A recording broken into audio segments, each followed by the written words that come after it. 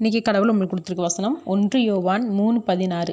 அவர் தம்முடைய ஜீவனை நமக்காக கொடுத்ததினாலே அன்பு இன்னதென்று அறிந்திருக்கிறோம். நாமும் சகோதரருக்காக ஜீவனை கொடுக்க கடனாளிகளாய் இருக்கிறோம். இந்த வசனத்தை கொண்டு கடவுள் நம்மகிட்ட என்ன சொல்கிறத பார்ப்போம். இயேசுசாமி கூட இருந்த சீஷர்களும் சரி, இல்லை தேவனுக்காக ஊழியம் செய்த ஊழியக்காரர்களும் சரி, துன்பப்பட்டு கொடுமை அனுபவிச்சது இறந்து போனதை சொல்லும்போது சில அவ்விசுவாசிகள் தேவன் ஏன் அவங்கள காப்பாற்றலை, ஏன் அவங்க துன்பத்தை பார்த்துட்டு பேசாமல் இருந்தார்னு கேட்பாங்க. இயேசுசாமி எப்படி உயிர் விட்டார்?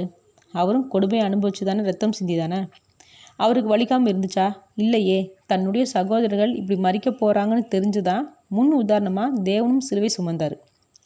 இயேசுசாமி மேலே விழுந்த ஒவ்வொரு அடியும் காயமும் பரலோகத்தில் இருக்கிற பிதாவானவருக்கும் பரிசுத்த ஆவியானவருக்கும் வேதனை கொடுத்துருக்கும். இயேசுசாமி யாரையும் சிலுவையை சுமந்து என் கூட வான்னு கட்டாயப்படுத்தலை. தேவனை நேசித்தவங்க தேவனை போலவே மறிக்க தயாராக இருந்தாங்க. இத்தனை பேரும் எதுக்காக ரத்தம் சிந்தினாங்க? தேவனுக்காகவா? இல்லை, நமக்காக. தேவனும் தேவன் கூட இருந்தவங்களும் நமக்காக மரித்து போனாங்க. நம்மளை சகோதரியாக பார்த்ததுனால அவங்க நமக்காக மரித்து போனாங்க. ஆனால் நம்ம கூட பிறந்தவங்க கஷ்டப்படும் போது உதவி செய்ய மாட்டேங்கிறோம். கடனாளி ஆகும்போது அவங்கள கைப்பிடிச்சு தூக்கி விட மாட்டேங்கிறோம்.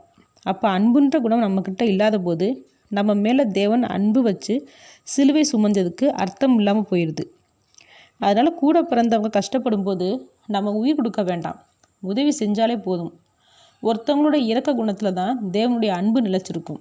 ஆமேன்.